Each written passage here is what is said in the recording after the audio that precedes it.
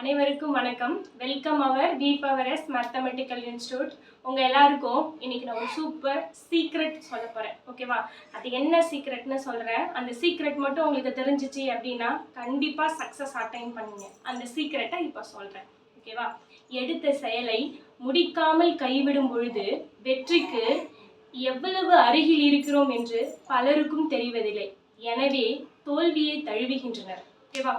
So இன்னைக்கு இது Thomas Alva Edison தான் இந்த ரகசியம் நம்மளுக்கு சொல்லி கொடுத்துருக்காரு. ஸோ அதன்படி நம்ம ஃபாலோ பண்ணோன்னா நம்ம கண்டிப்பாக சக்ஸஸ் கிடைச்சிரும். சரி, இன்னைக்கு என்னன்னு பார்க்கலாமா? டே 11க்குள்ளே போகிறோம். டிஎன்பிஎஸ்சி மேக்ஸ் தான் எடுக்கிறோம். 25 out of 25 கொஸ்டினும் நம்ம அட்டைன் பண்ணுறோம். அடுத்தது என்ன டாபிக் இப்போ போகிறோம்? நேற்றோட கிளாஸஸ் முடிஞ்சிச்சு இல்லையா? இன்னைக்கு new topic ratio and proposition. Problem 101 to 110. ஓகேவா? சரி, ப்ராப்ளம்குள்ளே போகலாமா?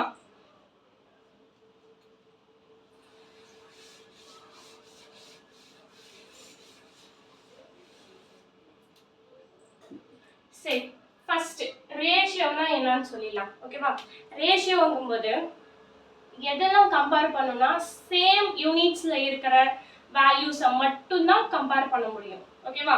ஒன்று 1 சென்டிமீட்டர் இருக்கு, இன்னொரு 1 மீட்டர் இருக்கு அப்படின்னா நம்ம கம்பேர் பண்ண முடியாது. எல்லாத்தையும் ஒரே அளவுக்கு மாற்றிக்கணும். ஒன்று 1 சென்டிமீட்டருக்கு இல்லை மீட்டருக்கு, அந்த மாதிரி தான் கம்பேர் பண்ணணும். ஒரே அளவு இருக்கிற ஒரே யூனிட்ஸ் இருக்கிற வேரியபிள்ஸ் நம்பர்ஸை மட்டும்தான் நம்ம என்ன பண்ணோம், ஃபர்ஸ்ட் ரேஷியோ ஃபார்மேட்டுக்கே எழுத முடியும். அப்படி ரேஷியோ ஃபார்மேட் எழுதுனதுக்கு அப்புறம் நம்ம என்னது யூனிட்ஸ் போட தேவையில்லை. ரேஷியோவுக்கு யூனிட்ஸ் தேவையில்லை. ஓகேவா? இப்போ ரேஷியோங்கிறது என்னது? A:B அப்படின்னா அதை எப்படி எழுதிக்கலாம்? A/B அப்படின்னு எழுதிக்கலாம். ஓகேவா? ரேஷியோவுக்கு என்ன கிடையாது? யூனிட்ஸ் கிடையாது. ஆனால் ரேஷியோ எழுதுறதுக்கு நம்ம யூனிட்ஸை செக் பண்ணணும். யூனிட்ஸை கம்பேர் பண்ணி தான் ரேஷியோவே எழுதணும். சரியா? இதுதான் பேசிக். இப்போ ப்ராப்ளம்குள்ளே போகலாமா? சரி, 101 ஃபர்ஸ்ட் ப்ராப்ளம் என்ன சொல்றாங்கன்னு பாருங்க. Find the simplest ratio of 500 gram and 250 gram. பாருங்க, ரெண்டுமே கிராம்ல இருக்கு. ஸோ ஒரே யூனிட்ஸ் தான் இருக்கு. அப்போ ரேஷியோ ஃபார்மேட்டுக்கு எழுதலாம். சரி, அப்போ இது ரெண்டுத்துக்கும் ரேஷியோ கேட்குறாங்க இல்லையா? அப்படின்னா என்ன அர்த்தம்? 500 ரேஷியோ 250. இப்போ என்ன எழுதக்கூடாது? கிராம் எழுதக்கூடாது. ஏன்னா ரேஷியோவுக்கு யூனிட்ஸ் யூஸ் பண்ணக்கூடாது இல்லையா? சரி, எப்படின்னா என்ன அர்த்தம்? 500 by 250. இப்போ பாருங்க, 0 0 அடிச்சிடலாமா? இதை கேன்சல் பண்ணா உங்களுக்கு என்ன வரும்? 1 2 இல்லையா? 25ல 2 times of 50. அப்போ இதை ரேஷியோ பேட்டர்ன்ல எழுதணும்னா எப்படி எழுதலாம்? 2:1. அதான் உங்க ஆன்சர். அப்ப என்னது? B தான் ஆன்சர். நெக்ஸ்ட் செகண்ட் ப்ராப்ளம் பார்க்கலாமா? இது 101. அது 102ல என்ன சொல்றாங்க பாருங்க. Find the ratio between 40 minutes to 1 hour. இப்போ பாருங்க, யூனிட்ஸ் இங்க மினிட்ஸ் இருக்கு, இங்க ஹவர் இருக்கு. அப்ப நம்ம என்ன பண்ணணும்? மினிட்ஸ்க்கு கன்வெர்ட் பண்ணிடணும். ஓகேவா? அப்போ இங்க என்ன இருக்கு? 40 minutes ரேஷியோ 1 hour மினிட்ஸா மாத்தணும்னா 60 minutes இல்லையா? அப்போ 40:16 எழுதலாமா? அப்போ இது ஈக்குவல் டு என்னது? 40/60. அப்போ இது கேன்சல் பண்ணலாமா? இப்போ 2 ஆல கேன்சல் பண்ணா என்ன வரும்? 2 2 4 3 2 6. அப்போ என்னது? 2/3. அது ரேஷியோல எழுதணும்னா 2:3. அப்போ உங்களுக்கு ஆன்சர் என்னது? B தான் இதுக்கும் ஆன்சர். புரிஞ்சுச்சா? சரி, தேர்ட் ப்ராப்ளம் போலாமா? தேர்ட்ல என்ன சொல்லிருக்காங்க பாருங்க. ஒரு கிளாஸ்ல there are 50 students. ஓகே, கிளாஸ்ல எவ்வளவு பேர் இருக்காங்க? 50 students இருக்காங்க. இந்த கிளாஸ்ல 30 are boys. 30 boys. அடுத்து என்ன கேக்குறாங்க? Find the ratio of girls and boys. ஓகேவா? ஃபர்ஸ்ட் டோட்டலா எவ்வளவு ஸ்டூடண்ட்ஸ் இருக்காங்க? 50 ஸ்டூடண்ட்ஸ் இருக்காங்களா? பாய்ஸ் எவ்வளவு இருக்குன்னு சொல்லிட்டாங்க? 30 ஸ்டூடண்ட்ஸ்னு சொல்லிட்டாங்க. இப்போ கேக்குற ரேஷியோ எதுக்கு கேக்குறாங்க? கேர்ள்ஸும் பாய்ஸுக்கும். அப்போ கேர்ள்ஸுக்கும் பாய்ஸுக்கும் தான் ரேஷியோ கேக்குறாங்க. இப்போ பாய்ஸ் கொடுத்துருக்காங்க, கேர்ள்ஸே கொடுக்கல இல்லையா? அப்போ கேர்ள்ஸை நம்ம கண்டுபிடிக்கணும். அப்போ கேர்ள்ஸுங்கிறது என்னது? டோட்டலா 50. பாய்ஸை ரிமூவ் பண்ணிட்டா ரிமைனிங்லாம் கேர்ள்ஸ் தானே. அப்போ என்னது? 50 minus 30 எவ்வளவு? 20. அப்போ 20 தான் கேர்ள்ஸ். அப்போ ரேஷியோனா என்னது? உங்களுக்கு கேர்ள்ஸ் 20 is to boys 30. அப்போ இது எப்படி எழுதிக்கலாம்? 20/30 எழுதிக்கலாமா? 0 கேன்சல் பண்ணிட்டா 2/3. அதை 2:3 எழுதிக்கலாம். ஓகேவா? அப்போ ஆன்சர் என்னது 2:3 தான். சரியா? சரி, நெக்ஸ்ட் ப்ராப்ளம் 104 பார்க்கலாமா? 104 பாருங்க. இது 103. ஓகேவா? அப்போ 104 a window has length 1 meter and breadth 70 centimeter. Find the ratio of length and breadth. ஓகேவா? சரி, இப்போ பாருங்க யூனிட்ஸை செக் பண்ணணும். இங்க மீட்டர் இருக்கு, இங்க சென்டிமீட்டர் இருக்கு. அப்போ என்ன பண்ணணும்? எல்லாத்தையும் சென்டிமீட்டருக்கு பார்த்துக்காது, எது லீஸ்ட் வேல்யூ அதுக்கு தான் சேஞ்ச் பண்ணிக்கலாம். சரி, அப்போ 1 மீட்டர்ங்கிறது எத்தனை? 100 சென்டிமீட்டரா? இப்போ ரேஷியோ எதுக்கு கேட்குறாங்க? L:B. அப்போ லென்த்தோட வேல்யூ என்னது? 100 மீட்டர். இங்க 100 சென்டிமீட்டர் 70 சென்டிமீட்டர். ஓகேவா? 1 மீட்டர் என்ன பண்ணிட்டேன்? 100 சென்டிமீட்டர் 70 சென்டிமீட்டர் தான். அதனால அப்படி எழுதியாச்சு. மீட்டரை சென்டிமீட்டருக்கு சேஞ்ச் பண்ணிட்டோம், அவ்வளவுதான். 1 மீட்டர்ங்கிறது 100 சென்டிமீட்டர். சரி, இப்போ இதை எடுத்து கேன்சல் பண்ணிக்கலாமா? அப்போ உங்களுக்கு என்ன கிடைக்குது? 10/7. அது எப்படி எழுதலாம்? 10:7. அப்போ ஆன்சர் என்னது? சி தான் உங்களுடைய ஆன்சர். சரி, நெக்ஸ்ட் 105 பார்க்கலாமா?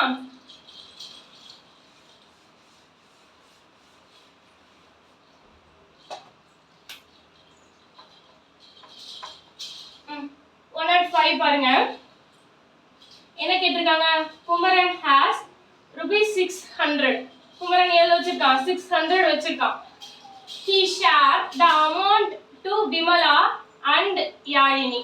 அவர் என்ன பண்றாங்க? குமரன்ங்கிறது 600 ரூபாய் வச்சிருக்காரு. அவர் அமௌண்ட்டை ஷேர் பண்றாரு விமலாவுக்கும் யாழினிக்கும்.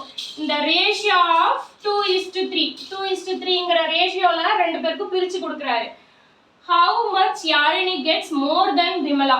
அப்போ விமலாவை விட யாழினிக்கு எவ்வளவு அமௌண்ட் கிடைச்சிருக்கும் அப்படின்னு தான் கொஸ்டின். சரியா? சரி, இப்போ குமரன் வந்து 600 rupees வச்சிருக்காரா? அதான் நம்மளுடைய டோட்டல் அமௌண்ட் இல்லையா? 600. இப்போ என்ன பண்ணிருக்காங்க? ஷேர்ஸ் பிரிச்சிருக்காங்க இல்லையா? 2:3. அப்போ நம்ம ஃபர்ஸ்ட் டோட்டலா எவ்வளவு ஷேர் பிரிச்சிருக்காங்கங்கறத வச்சு தான் நம்ம பண்ண முடியும். அப்ப டோட்டலா எவ்வளவு ஷேர் பிரிச்சிருக்காங்க? Total shares. ஓகேவா? டோட்டல் ஷேர் எவ்வளோ?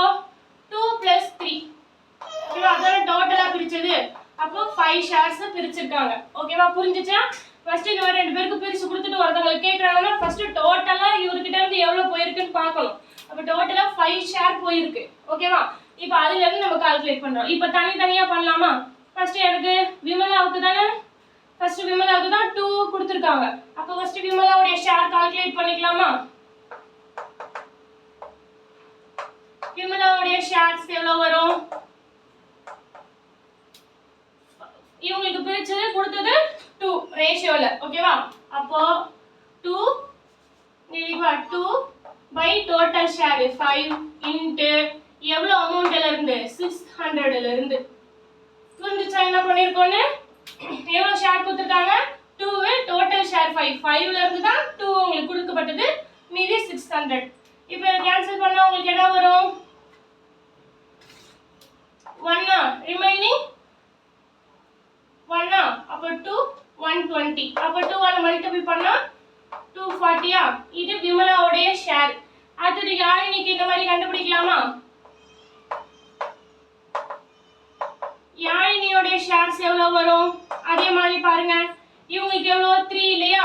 அப்போ 3/5 டோட்டல் ஷேர் இன்டு அமௌண்ட் எவ்வளவு? 600ல இருந்து 3/5. இப்போ இதை பிரிச்சா உங்களுக்கு என்ன வரும்? அதே மாதிரி 120. 3 ஆல மல்டிபிள் பண்ணா 360. क्वेश्चन என்ன கேக்குறாங்க? யாழினி வந்து விமலா விட எவ்வளவு அதிகமா வாங்கிருக்காங்கன்னு கேட்கணும். அப்ப இது ரெண்டுக்கும் ஜஸ்ட் சப்ட்ராக்ட் பண்ணாலே போதுமா? அப்ப 360ல இருந்து 240 சப்ட்ராக்ட் பண்ணா உங்களுக்கு என்ன கிடைக்கும்? 120. அப்ப 120 அமௌண்ட் தான் இவங்க யாழினி வந்து விமலா விட அதிகமா வாங்கிருக்காங்க. அப்ப ஆன்சர் என்னது? 120. சரி, நெக்ஸ்ட் செட் ஆஃப் ப்ராப்ளம் பார்க்கலாமா? Okay, next set of problem பார்க்கலாமா? என்ன 106 4:7 is equivalent to என்னன்னு கேக்குறாங்க. ஓகேவா? ஃபர்ஸ்ட் ஈக்குவலன்ட் ரேஷியோனா என்னன்னு சொல்றேன். ஓகேவா? ஈக்குவலன்ட் ரேஷியோனா சப்போஸ் இப்போ 2:3 அப்படின்னா என்னது? 2/3 ன்னு எழுதிக்கலாம்னு சொல்லிருக்கேனா? இப்போ இதுக்கு ஈக்குவலண்டா ஒரு ரேஷியோ இருந்தா அதான் ஈக்குவலன்ட் ரேஷியோ. இப்போ இதுக்கு ஈக்குவலண்டா என்ன ரேஷியோ இருக்கும் அப்படின்னா மேல நியூமரேட்டரையும் டினாமினேட்டரையும் ஒரு same number any number X அப்படின்னு வச்சுக்கோங்க. ஓகேவா? அப்ப 2x/3x தான் என்னது, அதாவது 2x:3x. இதுதான் இதுக்கு ஈக்குவலண்ட் ரேஷியோ. அதாவது எக்ஸுக்கு பதிலாக சப்போஸ் 2 இருந்ததுன்னா என்ன கிடைக்கும் உங்களுக்கு, 2ஆல மேலேயும் கீழேயும் மல்டிபிள் பண்றோம். அப்ப என்ன வரும், இங்க 4 இங்க 6. ஓகேவா? புரிஞ்சுச்சா என்னன்னு சொல்லிட்டு? அப்ப 2/3க்கு 2:3க்கு ஈக்குவலண்ட் ரேஷியோ 4:6. இந்த மாதிரி ஈக்குவலண்ட் ரேஷியோ வந்து ஒரே நம்பரால மேல நியூமரேட்டர்லயும் டினாமினேட்டர்லயும் மல்டிபிள் பண்றதுக்கு பேரு தான் என்னது, ஈக்குவலண்ட் ரேஷியோ. புரிஞ்சுச்சா? அப்ப 2:3க்கு ஈக்குவலண்ட் 4:6. சரியா? இப்போ क्वेश्चनக்கு போலாம். ஓகே, இப்போ क्वेश्चनல சொல்லிருக்காங்க 4:7க்கு ஈக்குவலண்ட் ரேஷியோ என்னன்னு கேக்குறாங்க. அப்போ 106 சரி, 4:7னா 4/7 இதுக்கு ஈக்குவலண்ட் ரேஷியோ கேக்குறாங்க. சரி பாருங்க, ஃபர்ஸ்ட் ஸ்டார்டிங் 1னா 4:7 தான் வரும். அப்ப 2 தான் அடுத்த நம்பர். அப்ப 2 ஆல மேலேயும் கீழேயும் மல்டிபிள் பண்ணா என்ன வரும், 8/14. 8/14 இருக்கா, அதாவது 8/14னா 8:14. இல்ல இது 15 இருக்கு, அப்போ இது கிடையாது. அடுத்தது என்னது, 3 ஆல பண்ணி பார்க்கலாமா? 3 ஆல பண்ணா 4/7 3 ஆல மேலேயும் கீழேயும் மல்டிபிள் பண்ணா என்ன வரும், இங்க 21 மேல 12. 12/21 இருக்கா, இங்க இருக்கு பாருங்க. இதுதான் உங்களுடைய ஆன்சர். புரிஞ்சுச்சா? ஈக்குவலண்ட் ரேஷியோனா மேலேயும் கீழேயும் இந்த சேம் நம்பரால டிவைட் பண்ணணும். சரியா? சரி, மல்டிபிள் பண்ணணும். ஓகே, சரி நெக்ஸ்ட் பார்க்கலாமா? நெக்ஸ்ட் என்ன சொல்றாங்க,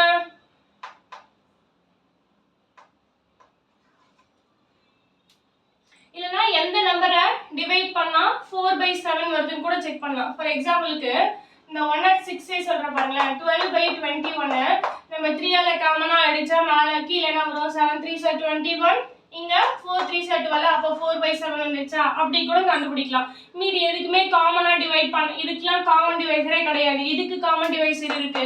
அப்ப 14 8 வந்து நீங்க 2 ஆல பண்ணா இங்க என்ன வரும், 4 2s are 8, இங்க 7/4 ன்னு வருது. ஆனா நமக்கு 4:7க்கு தான் தேவை. அப்போ இது கிடையாது. புரிஞ்சுச்சா? இப்படியும் கூட ஆன்சர்ல இருந்து கூட நீங்க ட்ரை பண்ணி பார்க்கலாம். இது another way, அவ்வளவுதான். சரி, இப்போ 107 பார்க்கலாமா?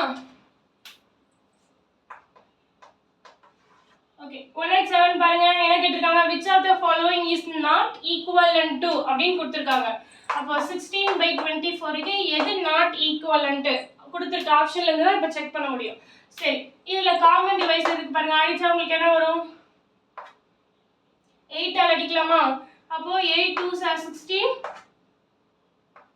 8 3s are 24. அப்போ உங்களுக்கு என்னது, 2/3 தான். 16/24 பதிலா நான் எப்படி எழுதிக்கலாம், 2/3 ன்னு. முதல்ல அதை சிம்பிளிஃபை பண்ணி எழுதிக்கிறேன், அவ்வளவுதான். சரியா? சரி, இப்போ கம்பேர் பண்ணலாம். எது ஈக்குவலன்ட் இல்லன்னு கேக்குறாங்க. இத பாருங்க, கீழ டினாமினேட்டர் 9 வருதா, அப்ப ஜஸ்ட் மேலேயும் கீழேயும் 3 ஆல மல்டிபிள் பண்ணா மேல 6 6/9 ஆப்ஷன்ல இருக்கு. ஆனா அவங்க கேட்டிருக்கிறது நாட். ஓகேவா? எது நாட் ஈக்குவலன்ட்னு. 6/9ங்கிறது இந்த நம்பருக்கு ஈக்குவலன்ட் நம்பர் தான். சரி, அடுத்த நம்பர் பார்க்கலாமா? 18 இருக்கு. அப்ப 2/3 எதால மல்டிபிள் பண்ணா 18 வரும். 6 ஆல பண்ணலாமா? அப்ப 6 ஆல மல்டிபிள் பண்ணா உங்களுக்கு என்ன வருது, கீழ 18 வந்துரும், மேல 12. அப்ப 12/18 இருக்கு. இதுவும் ஈக்குவலன்ட் தான். சரி, அடுத்தது 15 இருக்கு. அப்ப இங்க 5 ஆல பண்ணா வருமா? அப்ப 5 பண்ணி பாருங்க. 5 பண்ணும்போது என்னது, இங்க 15 மேல என்னது 10. அப்ப 10/15 பாருங்க, அதுவும் இருக்கு. அப்ப இது மூணுமே ஈக்குவலன்ட். அப்ப இதுதான் ஆன்சர். பட் இருந்தாலும் நம்ம செக் பண்ணிக்கலாம். கீழ என்ன இருக்கு, சரி டினாமினேட்டர் விடுங்க, இது 3 டேபிள்லயே வராது, அதுலயே நம்ம ஒமிட் பண்ணிடலாம். பட் இருந்தாலும் நான் வேற என்ன சொல்றேன், 20 இருக்கா மேல, அப்ப மேல கீழேயும் 2 மேல 20 இருக்கறனால 10 ஆல மல்டிபிள் பண்ணலாமா? அப்ப 10 ஆல மல்டிபிள் பண்ணா என்ன வரும், இங்க 20/30 இருக்கும். ஆனா 20/28 கொடுத்திருக்காங்க.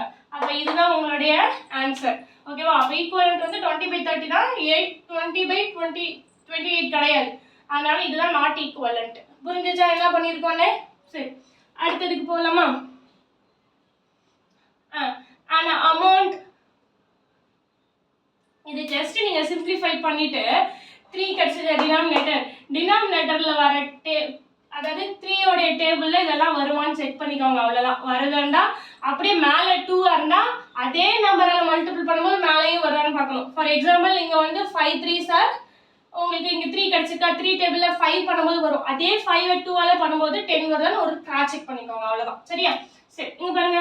அடுத்தது an amount of 1600 shared to A and B in a ratio 3:5. find B amount. ஓகேவா? நம்ம முன்னாடி கிளாஸ்ல பார்த்தோம்ல, அதே மாதிரி தான். இந்த குமரன் ஷேர் பண்ணாங்கல்ல விமலாவுக்கும் யாழினிக்கும், அதே ப்ராப்ளம் தான். பாருங்க, இப்போ அமௌண்ட் வந்து எவ்வளோ கொடுத்துருக்காங்க, 108க்கு அமௌண்ட் நமக்கு கொடுத்துருக்கிறது 1600. ஓகேவா? எவ்வளோ ஷேர் பண்ணியிருக்காங்க ஏக்கும் பிக்கும். அப்போ டோட்டல் ஷேர் என்னது, ரெண்டுத்தையும் சம் பண்றது இல்லையா, 3 + 5 என்னது டோட்டல் ஷேர் 8. அவ்வளோதான். இப்போ நம்ம B உடைய அமௌண்ட் கேட்குறாங்க. B யோட அமௌண்ட்னா என்னது, அவங்களுக்கு எவ்வளோ பிரிச்சிருக்காங்கன்னு பார்க்கணும். ஃபர்ஸ்ட் A அண்ட் B இல்லையா. அப்போ Bக்கு 5 தான் பிரிச்சிருக்காங்க. அப்போ 5க்கு பிரிச்சது 5, Bக்கு பிரிச்சது 5. எவ்வளோ ஷேர்ல இருந்து 5? 8 ஷேர். டோட்டலா 8 இல்லையா. அப்போ 8ல இருந்து 5 பிரிச்சிருக்காங்க. எந்த அமௌண்ட்டுக்கு, 1600. ஓகேவா? அந்த அமௌண்ட்ல பிரிச்சாங்க. இப்போ என்ன பண்ணுவோம், 8ஆல டிவைட் பண்ணலாமா? பண்ணா என்ன வரும், 8 2 16 மீதி 200. அப்போ மல்டிபிள் பண்ணா என்னது 1000. அப்போ B உடைய அமௌண்ட் என்னது 1000 rupees. புரிஞ்சுச்சா? அதுவே A உடைய அமௌண்ட் கேட்டா என்ன அப்படின்னு நீங்க ஒர்க் அவுட் பண்ணுங்க. ஒர்க் அவுட் பண்ணிட்டு கமெண்ட்ல ஆன்சர் பண்ணுங்க. சரியா? சரி, அடுத்தது 109 போலாமா?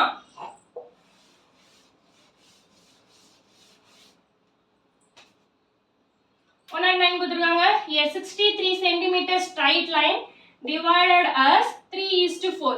அதாவது ஒரு 63 ஒரு ஸ்ட்ரைட் லைன் இருக்கு, 63 சென்டிமீட்டருக்கு. ஓகேவா?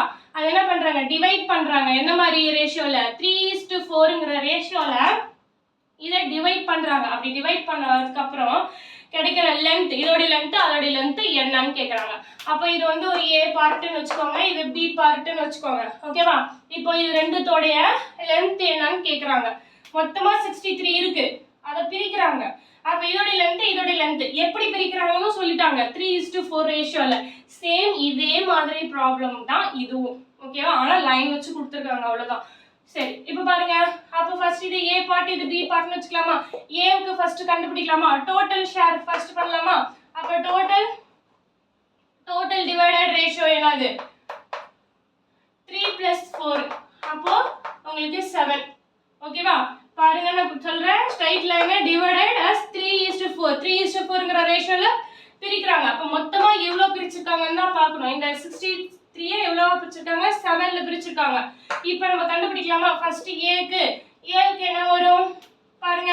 ஃபர்ஸ்ட் ஏங்கிறது 3. அப்போ A உடைய லென்த்